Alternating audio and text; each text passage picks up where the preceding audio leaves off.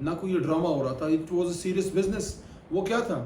وہ یہ تھا میرے حضور کہ وہ تھا رن آف الیکشن. یہ نیا الیکشن بھی نہیں تھا کہ اس میں آپ پالیسی چینج کر سکتے. جہاں سپریم کورٹ نے جو ہے اس وقت کی پروسیس روکی تھی اس سے آگے آپ نے چلنا تھا. اور پروسیس کہاں روکی تھی؟ حمزہ شہباز صاحب اور پرویز الہی صاحب کینڈیڈیٹس تھے, وہاں 20 سیٹوں کا معاملہ آ گیا, اس پہ ری الیکشن ہو گیا, ری الیکشن کے فیصلے آ گئے, 5 ریزرو سیٹس تھے, وہ سارا کچھ ہو گیا حضور.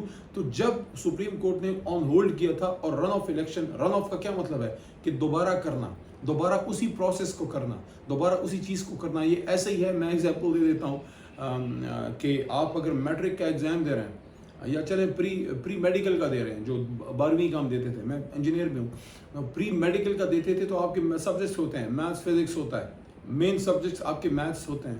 میتھس اگر آپ نے نہیں پڑھی آپ پری انجینئرنگ نہیں کر سکتے.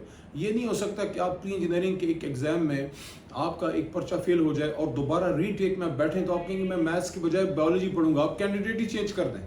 نو, یو کانٹ ڈو دیٹ, کیونکہ باؤ پڑھیں گے تو آپ تو میڈیکل میں چلے جائیں گے. تو اس کو ایسی ایگزامپل میں نے آپ کو دی ہے کہ رن آف الیکشن, جو ری الیکشن ہوتا ہے, دوبارہ جو الیکشن ہوتا ہے, اس میں آپ چینج نہیں کر سکتے. اگر کسی حلقے میں کسی مسئلے پہ کوئی مسئلہ ہو جاتا ہے, جیسے ماضی میں ہری پور میں ایک ری الیکشن ہوا تھا, تو ری الیکشن انہی کینڈیڈیٹس کے بیچ میں ہوتا ہے. علی محمد ہے اور اس کے مقابلے میں کوئی زید بکر عمر ہے. فار ایگزامپل علی محمد کے مقابلے میں کوئی عبداللہ کھڑا ہے. تو اگر کوئی مسئلہ ہوتا ہے اور الیکشن کمیشن کہتا ہے کہ اب ری الیکشن ہوگا, رن آف ہوگا, ری الیکشن دوبارہ ہوگا, تو پھر علی محمد اور عبداللہ کے بیچ میں ہی ہوگا. یہ نہیں ہو سکتا کہ ری الیکشن میں علی محمد کی جگہ پھر ہم عمران خان کو کھڑا کر دیں. نو, یو کانٹ ڈو دیٹ. وہ وہیں سے سٹارٹ ہوگا, وہ پروسیس دوبارہ ہوگا, کینڈیڈیٹس وہی رہیں گے. تو مجھے نہیں پتا, مسلم لیگ نون جو ہے 40 سال ان کے سیاست میں ہو گئے, کوئی 60-65 سال پیپلز پارٹی. چلو پیپلز پارٹی نے تو جان کے کیا نا. ویسے کیا بدلا لیا زرداری صاحب آپ نے, کیا کھینچ کے آپ نے مارا ہے مسلم لیگ نون کو. ان کے اپنے پنجاب میں جو زرداری صاحب آپ نے ان کے ساتھ کر دیا ہے کہ ایک عزت والا راستہ ہوتا ہے جس سے آپ ایگزٹ لیتے ہیں. جب پنجاب نے اور لاہور نے فیصلہ سنا دیا, جو گڑھ سمجھا جاتا تھا مسلم لیگ نون کا, تو اس کے بعد مجھے نہیں سمجھ آتی کہ کس سقراط نے یا کس بقراط نے جو ہے ان کو یہ مشورہ دیا تھا کہ آپ یہ والا کام کر کے نا, تو اس طرح سے نا, تو 186 کو ہرا کے تو 179 پہ 179 پہ آپ بن سکتے ہیں. یہ مجھے اب لوگ کہہ رہے ہیں کہ میاں صاحب جو ہیں بڑے سیخ پائیں, بڑے میاں صاحب نواز شریف صاحب بڑے سیخ پائیں ہونا چاہیے اگر وہ واقعی ان کو کوئی صحیح رپورٹ دی گئی ہے کہ جناب آپ کا تو لاہور میں تو انی مچ گئی ہے کہ نہ آپ کی سیاسی پوزیشن رہی, نہ کوئی سیاسی ساکھ رہی, نہ وہاں کوئی سیاسی سٹینڈنگ رہی, بچوں کا کھیل بنا دیا. وہ حمزہ صاحب بھی جو ہے اس طرح تو کلاس کا مانیٹر چینج نہیں ہوتا حضور. مانیٹر بیچارہ بھی اس کی بھی کوئی تھوڑی ساکھ ہوتی ہے. تو وہ اس کو لوگ حمزہ شہباز کو میں وہ ویژولز دیکھ رہا تھا وچ ور ویری امیزنگ, بڑا عجیب لگ رہا تھا. لوگ جا کے ان کے جو ہیں ہوتے نا گماشتے, جو مبارکباد میں بھی ایک دوسرے کو دھکے دے دے کے مبارکباد دینے جاتے ہیں. تو کچھ ہمارے یار لوگ مسلم لیگ نون کے دھکے دے دے کے مبارکباد دینے جا رہے تھے. حمزہ صاحب کا چہرہ اترا ہوا تھا, ان کو پتہ ہے وہ ہی از سینگ دی رائٹنگ آن اے وال, وہ دیوار پہ لکھا ہوا پڑھ رہے ہیں کہ بھئی ہونے کیا جا رہا ہے ان کے ساتھ 2 دنوں میں, اور یہ ایک رات کی بادشاہت کو انہوں نے کیا کرنا ہے. وہ سیاسی ساکھ جو ہے ساری جو ہے دریائے راوی میں ویسے ہی پانی کم ہے, اس میں جا کے بہہ گئی. تو یہ بڑا عجیب سا ہوا ہے. بہرحال میں ایک بات اور بھی بتا دوں, میں مسلم لیگ نون اور پیپلز پارٹی کے دوستوں کو بتا دوں, اور جمعیت کے بھی, اور جو بھی ہمارے پوزیشن اس وقت کی پوزیشن اور آج کی امپورٹڈ حکومت, آپ کا مقصد اقتدار ہے. عمران خان کا مقصد اقتدار نہیں ہے. اقتدار ہمارا مقصد نہیں ہے. اقتدار ہمارا جو ہے مقصد کے لیے ایک ذریعہ ہے. ہمارا مقصد ایک مدنی ریاست کی طرز پہ ایک اسلامی جمہوریہ پاکستان جو جناح کی ویژن پہ ہو, جس میں ایک انصاف کا نظام ہو, جس میں غریب کی پوچھ تاچھ ہو, جس میں اکاؤنٹیبلٹی ہو, جس میں میرٹ ہو, اس کے لیے حکومت میں آنا. تو یہ تو ایک سٹرگل ہے. ہم تو حکومت میں آ کے زیادہ سٹرگل کرتے ہیں. ابھی ہم اپوزیشن میں 2.5-3 مہینوں سے, یقین کریں جسم تھکا ہوا ہوگا کیونکہ پورے ملک میں پھرا ہوں, میں بھی, خان صاحب بھی دورے کر رہے ہیں, ہماری اور بھی جو پرائم لیڈرشپ ہے, لیکن ذہن آرام سے ہے. مطلب ہم وی ناٹ ان اینی پرابلم.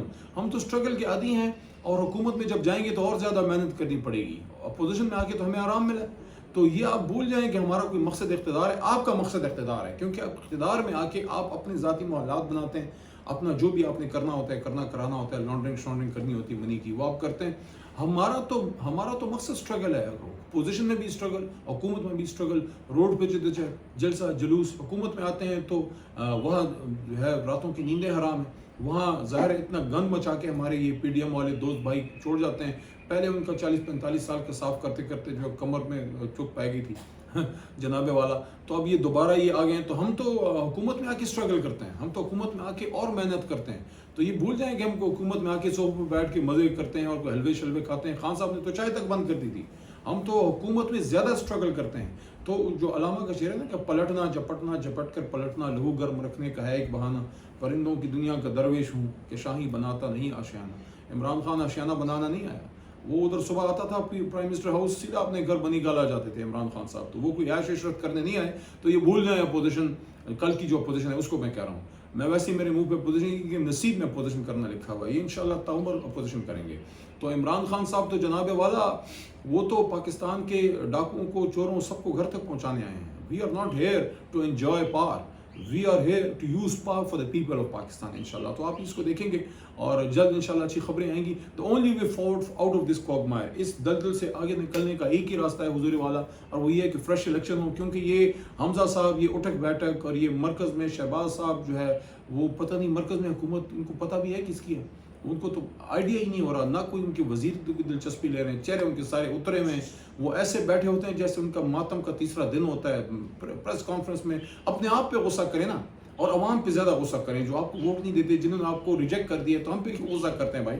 سارا نزلہ ہم پہ کیوں کراتے ہو؟ ہم نے تو کوئی گناہ نہیں کیا. ہم تو اپنا نظریہ، اپنا بیانیہ عوام کے پاس لے گئے، انہوں نے ہمیں سر پہ بٹھا لیا. تو جا کے پھر عوام پہ غصہ نکالیں.